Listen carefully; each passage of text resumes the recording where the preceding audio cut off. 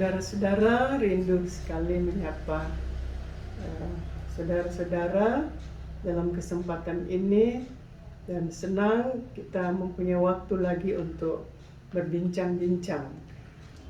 Dalam hal ini tentu sambil merenungkan firman Tuhan yang akan menjadi dasar perenungan kita. Dan sebelum kita membaca dan merenungkan firman Tuhan dari kitab Matius, mari kita berdoa. Tuhan yang kami sembah, dalam nama Putramu Tuhan Yesus Kristus, kami bersyukur untuk kesempatan boleh belajar lagi dari firman Tuhan. Dan terima kasih karena kami selalu diberikan hak istimewa untuk menerima kabar gembira. Dan sebab itu ya Tuhan, biarlah Roh Kudus-Mu mewarnai hati kami, agar kami dapat belajar dan merenungkan, bahkan mendiskusikan bagian Alkitab yang kami baca. Inilah permohonan kami Tuhan. Dalam nama Yesus kami berdoa dan mohon kepadamu. Amin. Diskusi kita pada saat ini didasarkan pada kitab Injil Matius pasal 5 ayat 13 sampai 16. Demikian bunyinya. Kamu adalah garam dunia. Jika garam itu menjadi tawar, dengan apakah ia diasinkan? Tidak ada lagi gunanya selain dibuang dan diinjak orang. Kamu adalah terang dunia. Kota yang terletak di atas gunung tidak mungkin tersembunyi. Lagi pula orang tidak menyalakan pelita lalu meletakkannya di bawah gantang, melainkan di atas kaki dian, sehingga menerangi semua orang di dalam rumah itu.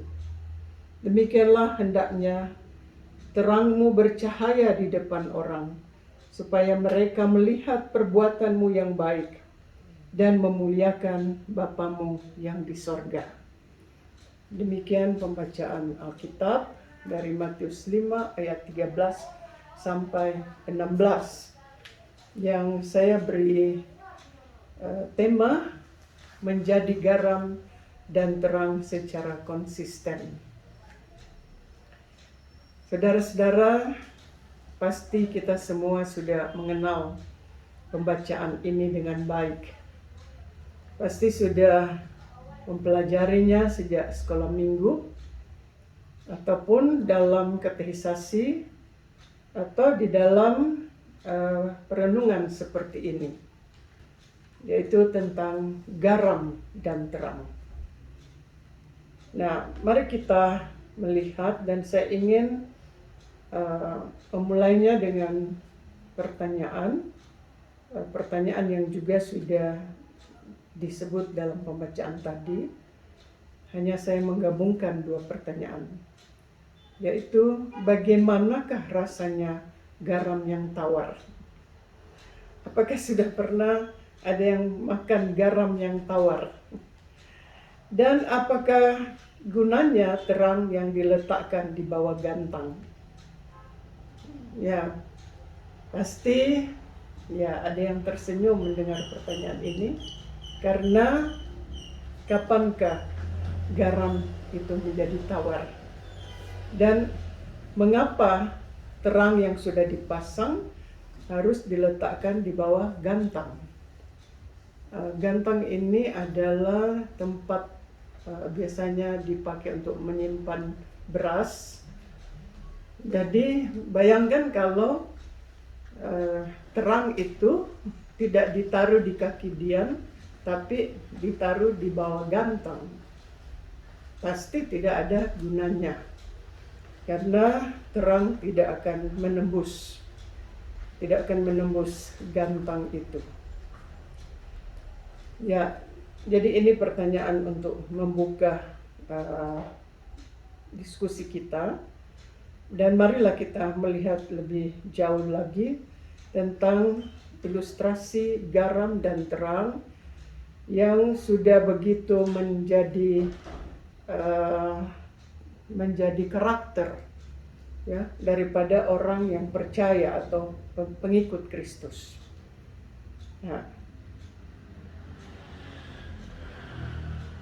garam itu kan tujuannya adalah untuk menggarami atau mengasini atau membuat lezat suatu makanan atau adonan. Nah, tapi kalau garam itu tidak berfungsi, ya tidak ada gunanya lagi. Penulis Matius 5 mengatakan dipijak-pijak orang. Dipijak-pijak orang. Begitupun juga dengan terang. Ya, padahal pengikut Kristus atau murid-murid Kristus dipanggil untuk menjadi garam dan terang dunia. Dalam ayat 14, ayat 13 dan 14, kamu adalah garam. Jadi bukan orang lain, kamu, saudara-saudara yang menjadi pengikut Kristus. Kamu adalah garam, kamu adalah terang. Nah, ilustrasi-ilustrasi yang menarik ini dipakai oleh Yesus untuk menjelaskan maksudnya tentang bagaimana seharusnya karakter dari pengikut Kristus itu.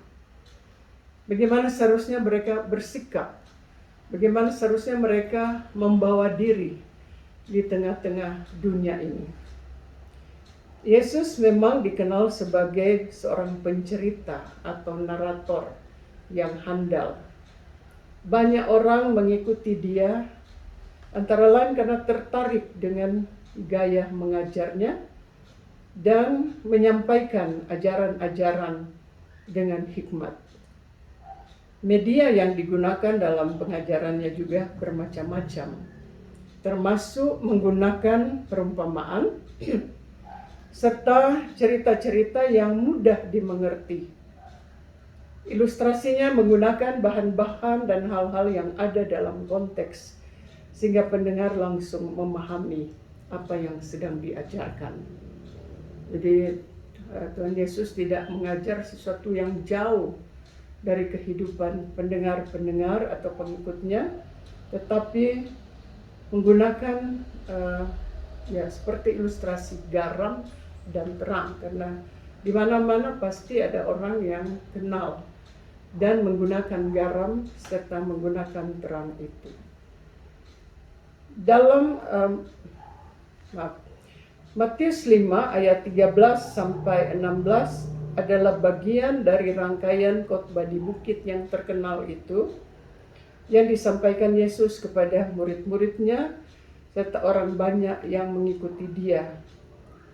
Jadi istilah kamu, bahasa Yunaninya humes, tidak terbatas kepada murid-murid Yesus saja.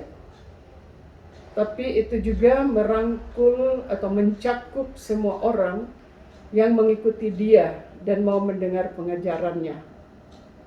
Dari perikop ini, secara awal kita belajar bahwa pertama, pengikut Yesus tidak dibatasi pada orang-orang tertentu saja, tetapi semua orang yang mau mendengar dan melaksanakan ajaran-ajarannya. Siapa saja, tidak terbatas. Walaupun dalam kenyataan yang dalam gereja biasanya dibatasi pada 12 orang murid, tetapi kalau kita mempelajari Alkitab secara mendalam, ternyata murid Yesus itu lebih daripada 12 orang itu saja. Ada banyak orang. Jadi pembacaan saat ini menjelaskan tentang tidak terbatasnya murid-murid Yesus itu. Semua yang mendengar pengajarannya dan menjalankannya, itulah muridnya, itulah para pengikutnya. Yang kedua, bahwa yang diajarkan melalui pembacaan ini ialah menjadi pengikut Kristus tidak dapat melakukannya dengan setengah hati saja. Dengan setengah hati, tapi harus dengan sepenuh hati. Malahan harus secara konsisten melakukan apa yang diajarkan oleh Tuhan. Menjadi orang-orang yang dapat memberi dampak atau memberi pengaruh kepada orang lain, yaitu dampak atau pengaruh yang positif. Atau istilah yang kadang-kadang digunakan, memberi energi positif. Memberi energi positif. Mungkin bisa disamakan atau disejajarkan dengan istilah zaman now, yaitu influencer. Yaitu istilah yang digunakan kepada mereka yang memberi pengaruh positif kepada orang-orang lain. Termasuk anak-anak muda di sini, ada yang memberi pengaruh yang positif. Dan hal yang senada pernah disampaikan oleh Rasul Paulus ketika ia berbicara tentang apa artinya hidup sebagai orang percaya, yaitu hidup yang memberi buah. Mengikut Yesus atau menjadi murid Yesus dan melakukan ajarannya adalah memberi buah yang baik, sehingga berguna bagi dia sendiri tetapi juga bagi orang-orang lain. Apa artinya hidup tanpa memberi buah? Seperti itu akan menjadi seperti garam yang tawar atau terang yang ditutupi dengan gantang. Saudara-saudara, dalam ayat 13 pembacaan kita bagian kedua ditemui juga pertanyaan yang menarik. Jika garam itu menjadi tawar, dengan apakah ia diasinkan pula? Dan menarik sekali dilanjutkan dengan jawaban pada bagian yang berikut. Tidak ada lagi gunanya selain dibuang dan dipijak-pijak orang. Nampaknya saudara-saudara, ayat tersebut menunjuk pada kebiasaan membuat garam pada waktu itu. Yaitu biasanya air laut yang akan dibuat garam ditampung dalam sebuah wadah, dan setelah air laut menjadi kering, maka wadah itu dapat membentuk bukit garam atau rock of salt, bukit garam, yang kemudian dapat digunakan sesuai fungsinya sebagai garam, misalnya untuk memasak, membuat adonan dan sebagainya. Rupanya yang dihubungkan dengan garam yang menjadi tawar itu adalah air laut yang tidak dimasukkan ke dalam wadah itu. Yang ke dalam wadah yang membentuk bukit garam, dan karena dia berada di luar wadah, maka dia tidak dapat dibentuk menjadi garam, sehingga tidak dapat berfungsi lagi sebagai garam, sebagai pemberi rasa atau berfungsi sebagai menggarami. Akhirnya garam seperti itu menjadi cair lagi, tidak berguna dan hanya diinjak-injak orang. Sayang sebenarnya kehidupan seperti itu. Begitupun dengan ilustrasi terang. Terang itu berguna kalau sinarnya tidak dihalangi. Dalam pembacaan kita dikatakan tidak diletakkan di bawah gantang. Terang yang ditaruh di bawah gantang pasti tidak dapat menyinari, tidak dapat berfungsi sepenuhnya, tidak dapat berfungsi sebagaimana yang diharapkan dari suatu terang. Sebab itu pembacaan ini mau menggarisbawahi pemahaman ini. Ketimbang meletakkan pelita di bawah gantang, sebaiknya meletakkan pelita itu di atas kaki Dian, supaya menerangi semua orang di dalam rumah itu.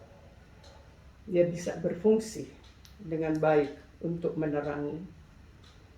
Dan menarik untuk memperhatikan bahwa tujuan menjadi garam dan terang secara konsisten adalah supaya Bapa di sorga dimuliakan. Dan tujuan itu dipertegas pula dalam ayat terakhir perikop kita. Demikianlah hendaknya terangmu bercahaya di depan orang, supaya mereka melihat perbuatanmu yang baik, memuliakan Bapamu yang di sorga. Jadi ada hubungan yang tidak dapat dilepaskan antara menjadi garam dan terang yang konsisten dengan memuliakan Allah. Menjadi garam dan terang yang konsisten berarti memuliakan Bapa kita yang di sorga, Tuhan yang penuh dengan cinta kasih. Sekarang saudara-saudara, pilihan ada pada kita. Apa kita mau menjadi pengikut Yesus yang konsisten atau pengikut yang hanya sewaktu-waktu saja? Kalau saya mau, oke, saya akan menjadi garam dan terang yang konsisten. Kalau zona nyaman, saya mau. Tetapi tunggu dulu kalau bertentangan dengan itu. Dan juga kalau saya tidak mau, ya jangan paksa saya. Mau menjadi pengikut Yesus yang menggarami dan menyinari setiap saat, atau hanya sewaktu-waktu saja?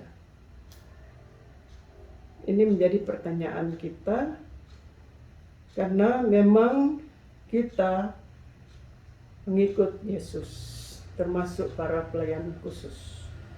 Kita diam di dalam dunia yang penuh dengan tantangan, yang penuh dengan hambatan untuk menjadi garam dan terang secara konsisten.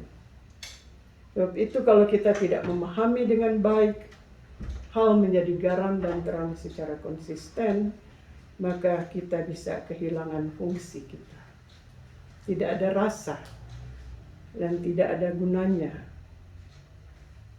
Mungkin kita akan menjadi seperti pohon ara yang dikutuk oleh Tuhan karena tidak berbuah. Sebab pohon yang tidak berbuah itu tidak ada gunanya. Hampir semua pohon itu berbuah atau berbunga, kecuali pepaya laki-laki tidak berbuah tapi berbunga. Nah, pasti kita tidak mau menjadi orang-orang yang tidak memberi dampak positif kepada orang lain. Pasti kita semua yang adalah pengikut Kristus mau berbuat hal-hal yang memberi pengaruh positif kepada orang-orang lain. Sebab itu saudara-saudaraku, belajar dari pembacaan kita saat ini, marilah kita bersama-sama. Marilah kita dengan penuh kerendahan hati, marilah kita menyadari fungsi dan tugas kita untuk terus menjadi garam dan terang secara konsisten selama hayat masih dikandung badan. Demikian saudara-saudara, perenungan dari Matius 5 ayat 11-13, dan terima kasih atas perhatian saudara-saudara. Amin. Ya, kita tiba pada akhir diskusi. Namun ada satu hal juga yang menarik yang perlu diperhatikan, yaitu tentang bagaimana supaya menjadi garam dan terang yang baik, yang bisa memberi dampak yang baik. Seperti garam yang ditaruh di wadah, ya, sehingga dia dapat dibentuk menjadi bukit garam, yang dikenal di Israel dulu, tapi saya kira juga di Madura, di mana garam-garam dibentuk. Nah, pertanyaannya, bagaimana ya membentuk garam supaya benar-benar berfungsi? Nah, dari pembacaan tadi kita memang tidak mendapati ayat khusus berbicara tentang itu, tapi yang menarik ialah bahwa garam itu dibentuk. Garam itu dibentuk. Nah, itu berarti ada wadah yang kita perlukan. Dan menurut pemahaman saya, wadah dan yang membentuk itu adalah Allah sendiri. Allah sendiri yang membentuk orang-orang yang mengikuti Dia sesuai dengan perkenanannya. Saya tidak katakan sesuai dengan maunya Tuhan, karena Allah tentu mempunyai rancangan bagi semua orang. Tetapi rancangan itu adalah rancangan damai sejahtera, sehingga menjadi garam pun adalah dengan tujuan untuk mensejahterakan banyak orang. Nah, Allah itu adalah penjunan, adalah Dia yang membentuk, dan tugas kita ialah merespons bagaimana Ia membentuk kita. Dan di sini kita melihat sekali lagi bahwa penting sekali untuk selalu merespons secara positif apa yang Allah kerjakan, apa yang Allah bentuk di dalam hidup kita, sehingga kita menjadi orang-orang yang berguna bagi orang lain. Kita memberi diri agar banyak orang mendapatkan kehidupan. Demikian tambahan singkat, dan silakan kalau ada pertanyaan atau ada masukan untuk lebih memperkaya kita, mengeksplor, menggali kekayaan yang terkandung di dalam tulisan-tulisan suci yang kita banggakan itu. Terima kasih dan sampai jumpa lagi pada kesempatan yang berikut. Shalom.